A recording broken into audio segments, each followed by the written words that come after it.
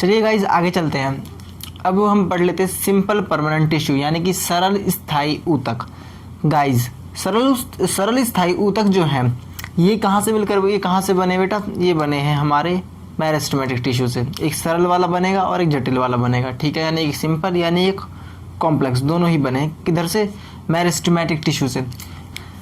Guys यहाँ पर जो ये सिंपल परमानेंट टिश्यू है इसका अपना ही एक अलग मीनिंग है। इसको सिंपल क्यों बोला गया है, क्योंकि इसकी जो सेल्स हैं वो सभी एक जैसी हैं। मतलब कि जो पेरेन्काइमा सेल्स है वो एक ही तरीके की सेल से मिलकर बना है, कोलेनकाइमा भी एक ही तरीके की सेल से मिलकर बना है, स्क्लेरेनकाइमा भी एक ही तरीके की सेल से मिलकर बना है, ठीक है।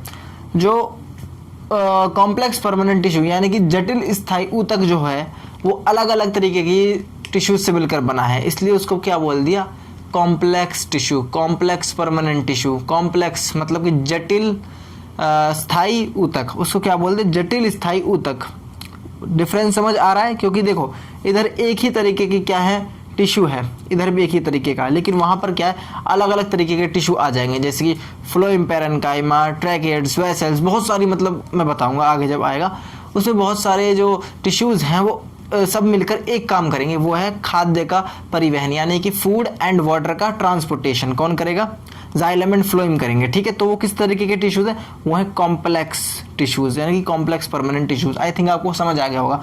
देखिए यहाँ पर जो हमारा मेन मोटिव वो ये समझना है कि पेरेन्काइमा का फंक्शन क्या है, इसकी शेप कैसी है, लिविंग है, डेड है, कोलेनकाइमा, स्क्लेरेनकाइमा, तीनों समझने हैं। देखिए पेरेन्काइमा जो है ये बेसिक पैकेजिंग टिश्यू है, ये बेसिक पैकेजिंग टिश्यू है और ये कैसा होता है, शेप में ही ओवल होता है, अंडाकार। कैसा, ओवल, अंडाकार लिख रखा है मैंने यहाँ पर। एक कैसा होता है बेटा, ओवल इन शेप। कहाँ पर प्रेजेंट होता है, स्टेम और रूट में प्रेजेंट होता है। इसकी जो सेल वॉल होती है वो कैसी होती है, थिन होती है। इसकी जो सेल वॉल होती है वो कैसी होती है, इसकी जो सेल वॉल होती है वो कैसी होती है बेटा, थिन होती है, पतली होती है। लूजली पैक्ड होते हैं, मतलब इसकी जो कोशिका भित्ति है वो कैसी होती है, पतली होती है। ये और ये कैसे होते हैं, लूजली पैक्ड, एक दूसरे से दूर दूर पैक होंगे इस तरह से, जैसे एक यहाँ पर हो गया, एक यहाँ पर हो गया, एक यहाँ पर हो गया, तो यहाँ पर बीच में स्पेस बच जाएगा। तो इनके बीच में स्पेस बहुत ही ज़्यादा है, इनके बीच में स्पेस बहुत ज़्यादा है कि इनके बीच में पेरेन्काइमेटस जो टिश्यू है और इसकी जो कोशिका है, पेरेन्काइमेटस ऊतक की जो कोशिका है वो उनके बीच में बेटा स्पेस बहुत ज़्यादा है। अब इनका फंक्शन क्या है, इनका फंक्शन है सपोर्ट प्रोवाइड करना, खाद्य को स्टोर करना, फूड को क्या करना, स्टोर करना, इकट्ठा करना और सपोर्ट प्रोवाइड करना। अच्छा, इसकी दो मॉडिफिकेशन और है पेरेन्काइमेटस टिश्यू की। इसकी जो मॉडिफिकेशन है वो बहुत इंपॉर्टेंट है। एक है क्लोरेनकाइमा, बोलो मेरे साथ, क्लोरेनकाइमा। एक है एरेनकाइमा, एरेनकाइमा। देखिए जो क्लोरेनकाइमा, यहाँ से आप देख सकते हैं एक वर्ड होता है क्लोरोफिल, उधर का कुछ जुड़ा जुड़ा सा लग रहा है, क्लोरोफिल और क्लोर, देखो मिल रहा है ना। तो ये भी वही काम करेगा जो क्लोरोफिल करता है। क्लोरोफिल क्या करता है बेटा, फोटोसिंथेसिस में हेल्प करता है ना। तो अगर ये टिश्यू मॉडिफाई होकर क्लोरेनकाइमा बन गया तो ये क्या फंक्शन करेगा, फोटोसिंथेसिस का।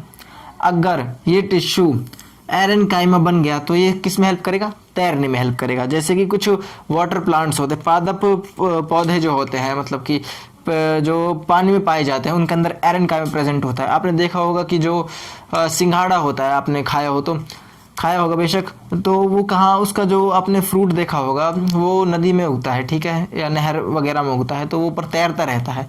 कौन सा टिश्यू प्रेजेंट होता है वहाँ पर, एरेनकाइमा। एरेनकाइमा क्या करता है, बायोएनसी प्रोवाइड करता है। बायोएनसी क्या है, अपथ्रस्ट फोर्स है। क्या है बेटा, अपथ्रस्ट फोर्स। अपथ्रस्ट फोर्स कैसी, जो हमारा फ्लूइड है, जो हमारा मान लीजिए वाटर है, उसके ऊपर मैं इसको रखूं तो वाटर इसके अगेंस्ट कुछ फोर्स लगाएगा और ये हल्का हो जाएगा, ठीक है। आर्किमिडीज प्रिंसिपल पढ़ा होगा आपने। तो एरेनकाइमा क्या हेल्प करता है, फ्लोटेशन में। किसकी हेल्प करता है फ्लोटेशन में, प्लांट्स की हेल्प करता है। आई थिंक आपको क्लियर हो गया होगा। और पेरेन्काइमा, एरेनकाइमा तो इसकी मॉडिफिकेशन थी, ठीक है। और जो ये पेरेन्काइमा है ये कैसा होता है बेटा, ये लिविंग होता है। कैसा होता है, लिविंग होता है। पेपर में आपसे पता है कैसे क्वेश्चन पूछेगा। ये जो सारे जो जितने भी मैं टिश्यूज पढ़ा रहा हूँ ये सब मैकेनिकल सपोर्ट प्रोवाइड करते हैं, ये चीज़ तो है डैम श्योर। बट आपसे पेपर में पता है क्या पूछेगा कि लिविंग कौन सा है इनमें, नॉन लिविंग कौन सा है। देखिए लिविंग के लिए यहाँ पर दो हैं, पेरेन्काइमा और कोलेनकाइमा। कोलेनकाइमा पर आ जाते हैं। देखिए कोलेनकाइमा के जो सेल्स होते हैं वो कैसे होते हैं, इलोंगेटेड मतलब खींचे थोड़े बड़े होते हैं। इसके तो बिल्कुल अंडाकार होते हैं, थोड़े गोल गोल से, लेकिन इसके इलोंगेटेड होते हैं, थोड़े लंबे से। Irregularly thickened at the corners, corners पर इरेगुलरली क्या होता है, थिकेंड होता है, मतलब इरेगुलरली क्या होता है, इनके ऊपर लिग्निन जमा हुई होती है, बस थोड़ी सी इरेगुलरली, मतलब मोटे होते हैं वहाँ से। आप समझिए इस चीज़ को। वेरी लेस इंटरसेलुलर स्पेस, इनके बीच में इंटरसेलुलर स्पेस बहुत ही कम होता है। इसका मतलब क्या है, इसका मतलब ये है कि ये फ्लेक्सिबल है। इसका मतलब क्या है, ये फ्लेक्सिबल है। फ्लेक्सिबल है तो ये किस में हेल्प करेंगे, मान लीजिए बहुत तेज हवा आई, मान लीजिए बहुत तेज हवा आई और ये हमारा प्लांट है, नहीं ये ब्लू वाला था हमारा प्लांट, तो ये ब्लू वाला हमारा प्लांट है, बहुत तेज हवा आई तो झुक जाएगा वापस खड़ा हो जाएगा, झुक जाएगा वापस खड़ा हो जाएगा, इधर से हवा आई तो इधर झुक जाएगा खड़ा हो जाएगा। किस वजह से हो रहा है ये, फ्लेक्सिबिलिटी की वजह से। कौन प्रोवाइड करता है फ्लेक्सिबिलिटी, कॉलनकाइमा टिश्यू। आपसे पूछ सकता है कि कौन सा टिश्यू जो है फ्लेक्सिबिलिटी प्रोवाइड करता है प्लांट के लिए, आपको आंसर देना है कॉलनकाइमा, ठीक है। और ये कैसे होते हैं, टाइटली पैक्ड होते हैं, और इनकी शेप कैसी होती है, इलोंगेटेड, और थोड़े से थिकन्ड होते हैं, मतलब मोटे से हो। इनको देखिए इनका शेप कुछ इस तरीके से होता है, आप देखिएगा यहाँ पे। और जब आप इनका शेप बनाएंगे तो यहाँ पर कोनों पे देखिए, कोनों पे कॉर्नर्स पे थिकन्ड होंगे इरेगुलरली, इस थिकनिंग की बात कर रहे हैं, यहाँ पर मोटाई होगी कुछ। हमारा जो नेक्स्ट सेल है, सेल नहीं, हमारा जो नेक्स्ट टिश्यू है, टिश्यू, ये किससे, ये क्या होता है बेटा, पूरा डेड होता है। आपसे पूछ सकता है पेपर में कि डेड वाला सिंपल परमानेंट टिश्यू कौन सा होता है, देन आपको आंसर देना है स्क्लेरेन्काइमा, ठीक है। आपको आंसर देना है स्क्लेरेन्काइमा। ये पूछ सकता है कि डेड कौन सा होता है, स्क्लेरेन्काइमा। अब ये कैसा होता है, ये हार्ड होता है, ये कठोर होता है, स्टिफ होता है। इसको कठोरता प्रोवाइड करता है किसको, प्लांट को। प्लांट के ऊपर जो कठोरता है, प्लांट में जो कठोरता है वो कौन प्रोवाइड करा रहा है, वो ये स्क्लेरेन्काइमा करा रहा है। कौन करा रहा है स्क्लेरेन्काइमा। और ये क्या करता है, हाईली लिग्निफाइड होता है, इसके ऊपर लिग्निन बहुत ज़्यादा होती है, लिग्निन बहुत ज़्यादा होती है, तो स्पेस तो इसके अंदर ना के बराबर है ही नहीं, इसके जो सेल्स होते हैं उसके बीच में स्पेस नहीं है। बाकी कैसा होता है, लॉन्ग होता है, लॉन्ग मतलब लंबा होता है ना, और नैरो पतला भी होता है, ठीक है, पतला और लंबा। इसके आप एनसीईआरटी में डायग्राम दिए हो वो देख लेना। और जो इनकी प्रेजेंस होती है बेटा, इनकी प्रेजेंस कहाँ कहाँ प्रेजेंट होती है वो आपको पता होना चाहिए। स्टेम और रूट प्रेजेंट होता है, ठीक है, ये स्टेम और रूट प्रेजेंट होता है।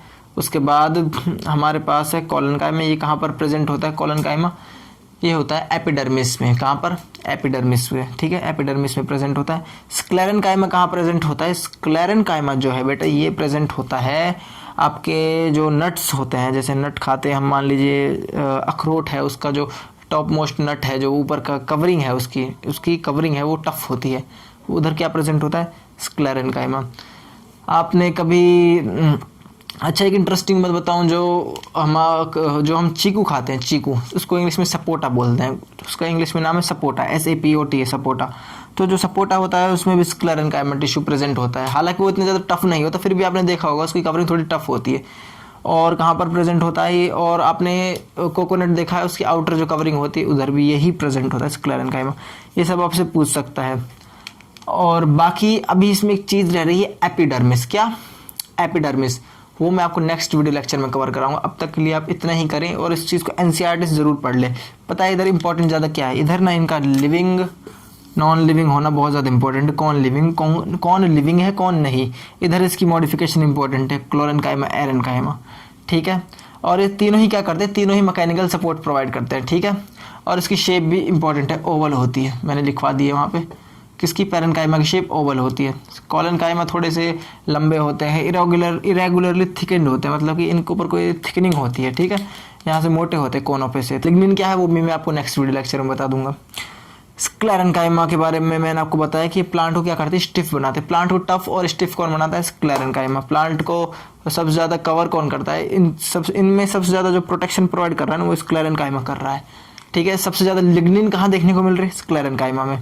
आपसे कोई बहुत सारे क्वेश्चन पूछ सकता है कि इधर कि ये बताइए कि सबसे ज़्यादा इंटरसेलुलर स्पेस किसके अंदर प्रेजेंट है, तो वो है बेटा पैरेन्काइमा में सबसे ज़्यादा इंटरसेलुलर स्पेस प्रेजेंट है। उसके बाद कॉलनकाइमा में है, मतलब इसमें सबसे ज़्यादा, मान लीजिए इसमें 90% है, मैं समझाने के लिए बता रहा हूँ 90% है, मान लीजिए है नहीं है, मैं वैसे कह रहा हूँ, इसमें बहुत ज़्यादा इंटरसेलुलर स्पेस है। और इसमें सिर्फ कॉलनकाइमा में इससे बहुत कम है, इसमें मान लीजिए 30% है, इसमें तो 0% ही है, ठीक है। मतलब कि पैरेन्काइमा में थोड़ा ज़्यादा इंटरसेलुलर स्पेस होता है, उससे कम कोलेनकाइमा में, और बिल्कुल जीरो किस में होता है, वो होता है स्क्लेरेनकाइमा में। आई थिंक आपको ये सब समझ आ गया होगा। हम नेक्स्ट वीडियो लेक्चर में हम बात करेंगे एपिडर्मिस के बारे में, क्यूटिकल लेयर के बारे में और लिग्निन के बारे में। ये थोड़ी इंपॉर्टेंट चीज़ें मैं नेक्स्ट वीडियो लेक्चर में कवर कराऊंगा। बाकी आप क्या करिएगा, इस चीज़ को एनसीईआरटी से पढ़िएगा, इंपॉर्टेंट याद रखिएगा कि लिविंग कौन है कौन नहीं है। एरेनकाइमा और क्लोरेनकाइमा याद होना चाहिए। स्क्लेरेनकाइमा क्या करता है, कैसा होता है, याद होना चाहिए, इनकी शेप याद होनी चाहिए। बाकी इसमें इतना कुछ है नहीं कराने के लिए, पूरा बेटा ये रटने का ही है, इसको तो बिल्कुल रटना पड़ेगा और आपको पढ़ के ही समझ आएगा। चलिए अब आज के लिए इतना ही है, बाकी मिलते हैं आपको नेक्स्ट वीडियो में। तब तक के लिए अपना ध्यान रखिए और मास्क पहनिए, सैनिटाइज़र यूज़ करिए। तब तक के लिए बाय, टेक केयर।